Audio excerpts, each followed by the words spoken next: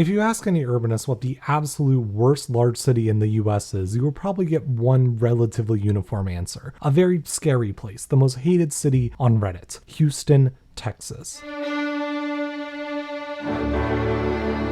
And I mean, how could it not be? The Houston metro area is ridiculous. They have skyscrapers next to parking lots, houses next to roller coasters, 8-lane arterial roads up the wazoo, 4 different highways encircling the city, a massive natural bay that they decided to use almost exclusively for processing and shipping oil, temperatures that would make even the average Minnesota resident wish for the cold again, the world's widest freeway at 26 lanes, a recreation of the Washington Monument that is bigger than the original because Texas, but also nobody knows about because they put around all the aforementioned oil refineries. A beach so terrible that the beach town isn't even on the beach, an absurdly high crime rate, absurdly high poverty rate, oh, and hurricanes. So basically hell on earth, especially for the subset of the internet that, you know, likes dense urban places and hates sprawling car-oriented Sunbelt city planning. It's no wonder that Houston became urbanism's ultimate boogeyman. I mean, if you want to argue for walkable dense places that are productive for all facets of society, using an image like this basically writes the point for you. There's also the fact that one of the most popular urban planning videos of all time is literally just 17 minutes of dunking on Houston, and rightfully so. I mean, come on, 26 lanes? 26? We spent billions of dollars trying to solve traffic and our solution was build 26 lanes? You do realize that the 26 lane section is just in the suburbs and the actual section of the city is only like 10 lanes. So there will always be traffic just from all the cars merging from 26 lanes down to 10. I mean, what are you gonna do? Bulldoze half the city to make room for the other 13 lanes? Oh, that's exactly what they're doing. You know, I think I get the hate now. But honestly, and I think all my urbanist viewers are gonna burn me at the stake for saying this, but I don't think Houston is that bad. Look, in this world, you get what you pay for, and while places like Boston or San Francisco or New York may be urban paradises compared to Houston, you will be paying the price. I mean, I can never afford that, so what does it matter to me and all the other wannabe urban planners? A profession I must note is known for being incredibly lucrative. Besides, if urbanists like good urban planning, then Houston isn't really urban. The planning definitely isn't good, but at least there's something there. I mean, endless neighborhoods that look more like alien crop circles than places for people don't just happen naturally, but there is one large metro area in the US that I think might be lacking all three. A city that flies over the heads of urbanists critiquing the worst of postmodern American urban planning. The true place I think of as suburban hell on earth. Atlanta, Georgia.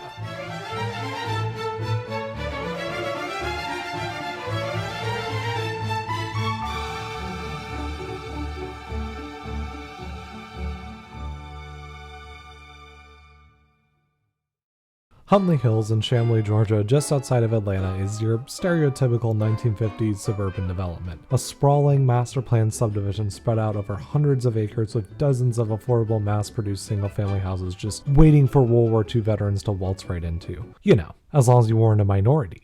During the post-war boom, master-planned neighborhoods almost exactly like Huntley Hills were sprouting up all over the US, primarily due to the influence of the FHA, or the Federal Housing Administration. According to this beefy book I bought, the proliferation of these stereotypical post-war master-planned suburban neighborhood would not be possible without the financial support of the FHA. And the reason why all these suburbs were so similar nationwide was because of the strict regulations that developers had to follow in order to get support from them. As a government agency, the FHA was interested in more than just financing houses. It was interested in building desirable neighborhood units that would be productive for the nation as a whole. Oh, and also redlining. FHA guidelines required that new subdivisions be built on suitable land desirable for development. The houses were to be small and easily mass-produced as to be more affordable for the middle class. Neighborhoods were encouraged to plan for amenities within and around the periphery of the neighborhood, such as schools, parks, churches, and shopping centers. And Huntley Hills followed all these principles to a T. It is in a great location right next to a historic industrial area within very easy commuting distance of downtown Atlanta. The development 70 years later still has an elementary school, tennis courts, a swimming pool, and a park within it, as well as a church and a shopping center right on its periphery. As the first line in the brochure for the development, originally called Longview, plainly states, a city within itself doesn't just happen, it was planned with a view to the future. And most residential development in the US under the FHA continued in this style until 1968, when the arm of the FHA used to finance master plan communities Fannie Mae, was privatized because everyone knows that selling off productive parts of the government is always a good idea. And with that, the FHA effectively lost the power to enforce its guidelines on smart neighborhood development. And now, completely left to their own devices, private developers concocted a bastardized version of the FHA's original vision. Slug-style development, or spread out, low-density, unguided growth, is exactly what it sounds like. After the 1970s, developers started building smaller and smaller subdivisions with larger and larger houses on bigger and bigger lots, with less and less planning in general. And the idea of the master plan's somewhat self-contained suburban community added directly onto existing amenities died, and was replaced with a chaotic leapfrog into the countryside. And as the capital of the South, no metro area has more of it than Atlanta, Georgia. In the year 1970, when slug-style development started to proliferate, the entire Atlanta area had barely over 1 million people. Today it has 6.2 million, and is one of the top 10 largest metro areas in the entire country, and one of the 100 largest cities on Earth. With the majority of its population, millions upon millions of people living in post-suburban slug-style subdivisions. And you might be wondering, okay, what is the actual problem with this type of suburban development? People like big houses and quiet neighborhoods on large lots. What's the big deal? And I don't blame you for thinking like that, because the real problem with this specific type of development is so boring, so seemingly innocuous, that if anyone were to keep a general audience interested in it, they would probably have to use cinematic editing, epic orchestra music, and lame jokes just to keep them interested, or something like that. But once you see it, you can't unsee it, because it's absolutely everywhere.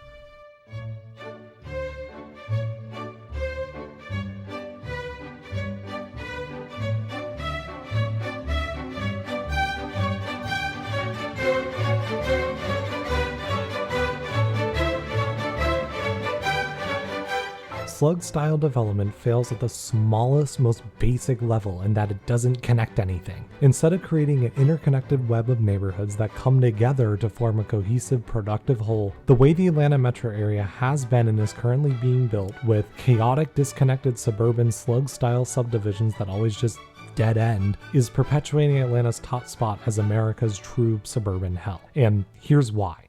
So due to the proliferation of spread out low density development, Atlanta's urban sprawl is just absolutely insane. Just look at this time lapse showing slug style suburbs spreading out like a virus over a section of about 500 square miles of previously empty farmland and forest. And this is still only a tiny fraction of the Atlanta metro area's full geographical footprint. In fact, just by physically built up area, Atlanta is the second largest city in the entire US at 2,553 square miles of continuously developed land, just barely behind New York, which has over 3 times as many people. Continuous suburban sprawl sometimes extends up to 50 miles away from the city center. Now, suburban sprawl, especially on this level, sucks for everyone. I really don't think that I need to say that needlessly bulldozing thousands of acres of wilderness just so people can build McMansions with giant yards, when we could just not do that, is terrible for the environment. But I know a large portion of the general public doesn't really care about the environment and climate change right now, despite us, starting to get wildfires in Georgia, which if you live anywhere in the state and look out your window is a very scary prospect. So let me ask you a different question. Do you like needlessly wasting your time and money? Because Atlanta's suburban development is so spread out that people are forced to drive a lot, even more than most large sprawling US cities. In fact, the average adult in Metro Atlanta drives a staggering 38.8 miles per day, far more than any other of the top 10 largest metro areas in the US. This translates to the average Atlanta area adult spending 1 hour and 47 minutes traveling in their car every weekday, which funnily enough is 1 spot higher than Los Angeles. Glamorous LA, famous for its short, pleasant commute times. You might wonder how it's even possible that a city with the worst traffic in the country and double the population of Atlanta has people spending less time traveling in their cars on average. The answer is that there is almost no slug-style development in California due to water resource management factors. Most housing developments in California post-1970 are almost exclusively built as large master plan tract housing with small lots, which is why that one dead-end town from Of Mice and Men is now mostly made up of 4 giant groups of tract housing. This makes Californian suburbs, by American standards, very dense and well-connected, so even though you may be driving slower, daily necessities like parks, schools, stores, and employment centers are so much closer that it results in less time in your car overall. Another giant issue with slug-style development is that it is characterized by few connections outside of the neighborhood. Oftentimes, subdivisions in Atlanta take this to the extreme, sometimes building dozens upon dozens of houses with just one connection outside, despite there being multiple roads nearby, with most streets instead culminating in a dead end. This has the effect of residents sometimes having to drive for minutes straight just to leave their neighborhood, let alone go to the nearest grocery store. Also, these different suburban developments seem to be allergic to actually connecting up with each other, leading to ridiculous situations where houses that literally share a backyard are in effect miles away from each other. Do you want to walk your kid to an elementary school that is literally only a few hundred feet away from your house? Well, too bad, there's another neighborhood in the way. Time to drive round trip for almost 20 minutes just to take your kid to the school that is 830 feet away from your house. Oh, does it look like your street should go straight to a shopping center and you want to get groceries? I mean, come on, don't you want to drive a few miles first?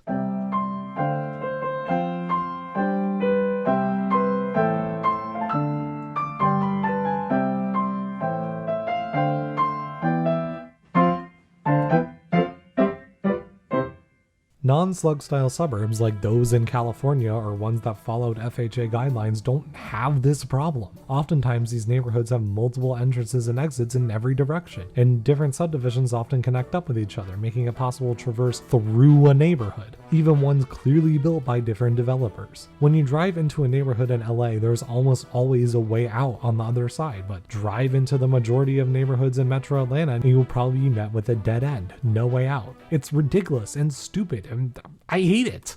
Before moving to where I currently live, which I'm not going to show you for obvious reasons, I used to live in a townhome complex, and within just a mile of me there was a lot going on. There was a gym, a large park, 4 strip malls, 3 condo buildings, 2 senior centers, 4 different townhome neighborhoods, an apartment complex, a private school the size of a small university, and of course lots and lots of single family homes. Really, all the ingredients needed for a lively, distinct community center, maybe even a fully self-sufficient small city. Except it absolutely didn't feel like that because everything dead-ended into each other and was only accessible from along this high-speed road with sidewalks only on one side of the street. Whenever I dared to venture outside on foot instead of having a nice pleasant walk through adjacent developments to get wherever I was going, I would instead be forced out onto the narrow sidewalk along the main road with cars flying by just inches away at over 40 miles per hour. This is an environment that screams at you to just use a car. It makes walking feel like a trek through a hostile planet, and that sucks. My dad used to drive the shopping center every time we went there, which was ridiculous because it's less than 1,000 feet away and there's a sidewalk, but also makes complete sense when driving is safer, faster, and what the built environment tells you to do.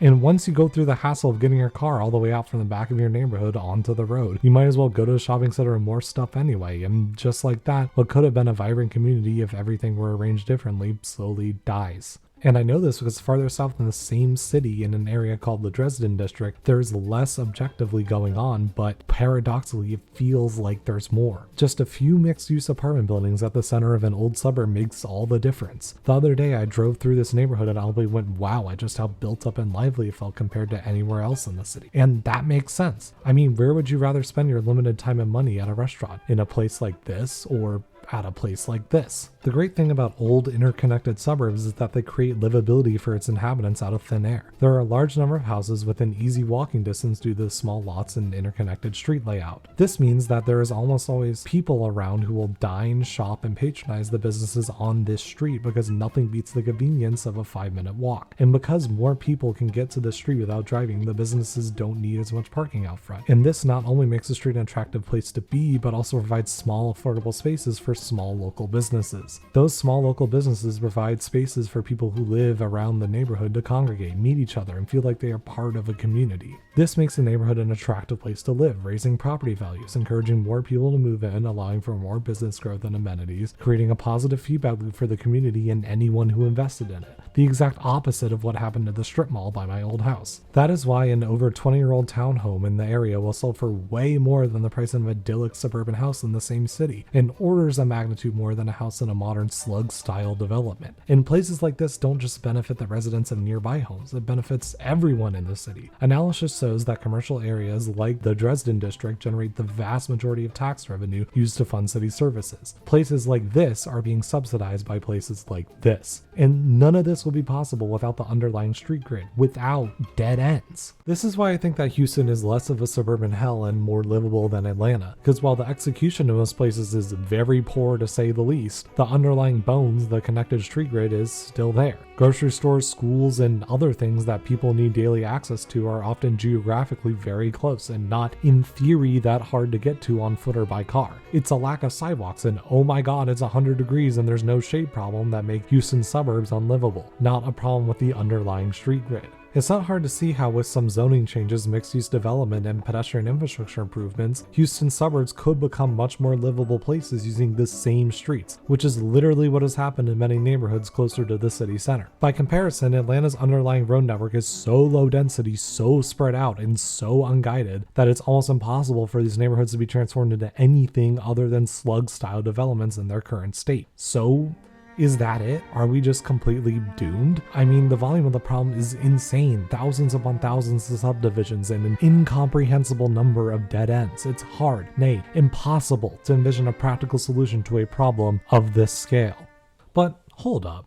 We still need to answer the question of what makes Atlanta's slug-style development so unwieldy and disconnected compared to other major cities like LA, even worse than other Sunbelt cities like Houston, and fuller of dead ends than other cities even within the Southeast like Nashville. And I think the answer is this. An absurd amount of people in the Atlanta metro area live in unincorporated areas. Let me explain. So basically, in the US, we have two primary forms of local government, counties and cities. In general, counties are mainly created to be legal entities, overseeing elections, conducting courts of law, and filing official records. Cities, on the other hand, are structured and created to provide local municipal services. Things like trash collection, sewage systems, police forces, library branches, infrastructure maintenance, and importantly this video, zoning and new development. But not everyone in the US lives in a city. In fact, about 37% of the US population lives outside a city in places called unincorporated areas. For these Americans, the burden of municipal services falls upon their county government or township if you live in a state that has them. This generally isn't too hard for the counties to do, as most densely populated areas, the kind that require a plethora of complex municipal services, are incorporated and part of a city, so not their responsibility. While people in more rural areas, which require less municipal type services, are served by their county or local township. For example, my boyfriend lives in a rural township in Ohio, and because of the rural setting, they use a septic tank. There are no sidewalks, only a single nature reserve, and no grocery stores. For the county or the township in this case, there are few municipal services to even provide. No need for sewers, sidewalk maintenance, a township-specific police department, park system, or library with just 3,000 people. But the Atlanta metro area completely flips this dynamic on its head. For a bunch of complicated historical reasons I don't want to get into, the vast majority of people in the Atlanta metro area live in unincorporated areas. It's crazy just to compare how huge the city of Houston is, population over 2 million, to the city of Atlanta, population barely over 500,000. And while it's common for the main central city to house only a fraction of the metro area's full population, usually the more densely populated parts, the ones that require complex large-scale municipal services, are just part of separate smaller cities. But in Atlanta, just 1.9 million of the total 6 million plus people in the metro area reside in actual incorporated cities. This means that for the millions and millions of people who live in unincorporated areas in the Atlanta metro, they rely on their counties to provide services. In theory, this is fine. It just means that all the major suburban counties of Atlanta just act as giant cities and provide the services expected of them, along with all the regular legal responsibilities of being a county. I mean, so what if my trash is picked up by DeKalb County instead of some random localized city? Big whoop. But in practice, compared to other urbanized areas in the US, this governance structure kind of sucks at providing the services expected of cities and manifests rural slug-style development. And when you compare the governance structure of a county to a city, that makes a lot of sense. Gwinnett County, one of the core suburban counties around Atlanta, has about double the population of the city of Atlanta proper and is growing at a much faster rate. Yet Gwinnett has half the planning and development staff of Atlanta. And even worse, the now over 1 million people in Gwinnett County are still represented by just 6 county commissioners at the local level, one for every 170,000 people. That's like the entire elected state government of Rhode Island literally consisting of just 6 dudes. It's no wonder that the city of Atlanta is able to open new local parks, build large infrastructure projects like the Beltline to reconnect neighborhoods, and guide livable new developments with effectively 4 times the number of planners and 1 local representative for every 33,000 people. This is in stark contrast to Gwinnett County, where most development seems to be guided completely by the whims of private developers, which mainly consists of large houses on large lots with the bare minimum amount of infrastructure needed to maximize profit. Additionally, county zoning laws are primarily designed to manage rural areas, so it can be incredibly hard to build anything besides slug-style development, as that is what the local laws and regulations encourage. For example, this is a zoning map of Gwinnett County, and all the yellow areas are places where you can only build single-family homes and nothing else. Much like the strange government structure of Belgium sucks at creating a functional democracy compared to its peers, the Atlanta area's strange obsession with forcing the counties to act as giant cities kinda sucks compared to other large urbanized areas in the US. County governments just don't operate effectively as vehicles for local improvements in livability and municipal service. They have way more responsibilities and way less public accountability. In fact, in the lead up to the mid-2000s, Fulton County, which used to operate the same way as most other counties around Atlanta, did such a bad job providing municipal services to the population that the first new city in Georgia in 50 years was formed with the creation of Sandy Springs to, fix it. And after that, a tidal wave of new cities leading to all land in Fulton County eventually becoming part of an incorporated city. And I think this is actually the key to solving Atlanta's dead-end problem, because as vehicles of localized improvement, these new cities have started to patch up some of the most egregious instances of these dead ends. For example, this bridge and walking path in the city of Brookhaven, which only formed in 2012, now adds a connection from this neighborhood to this park where there previously was none. And in the city of Dunwoody, which was founded in 2008, this path turns what would have been, and I'm not joking here, a 1 hour and 30-minute walk one way to this park from this house 400 feet away into a much more reasonable 13-minute stroll. To use a more salvaged example, Peachtree City, a master plan community built on the south side of the metro area, unlike every other slug-style suburb in Atlanta, was planned with an incredibly extensive path network to connect every single inch of the city, basically eliminating the dead-end and hostile walking environment problem for pedestrians completely, as well as famously for golf carts.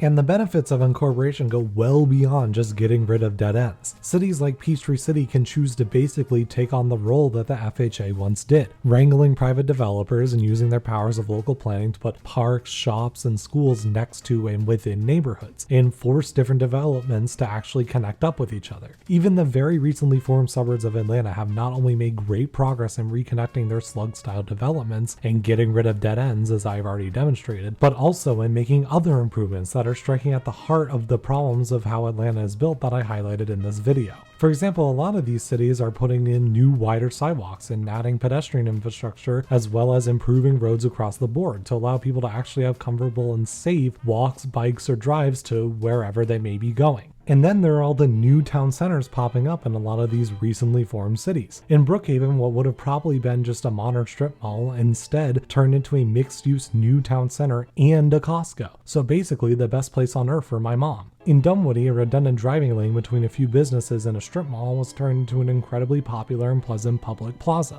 Also in Dunwoody, an underutilized office complex was torn down and replaced with a large mixed-use development right across from a metro station. Even brand spanking new South Fulton, which is not even a decade old, is already planning a giant new town center. And most impressively, over the past few years, Alpharetta has created a truly stunning new downtown, taking what was a few historic businesses on a giant road next to an oversized parking lot and building probably the best modern suburban center in the entire metro Atlanta area. These new city centers do a lot to make suburban Atlanta more livable, along with providing much closer locations for urban type amenities, making it so that you don't have to drive all the way to Atlanta just to see a concert. More importantly, these new centers provide places for people trapped in Atlanta suburban hell to gather and meet, have local representation, and feel like they are a part of a distinct community. In my mind, the benefits of Atlanta suburbs incorporating very much outweigh the negative. So if there is an incorporation movement in your area, I strongly encourage you to join it. If you live outside of a proper city, you are missing out on all these great new developments, the new parks, the new infrastructure, the new suburban centers, and the patching up of dead ends,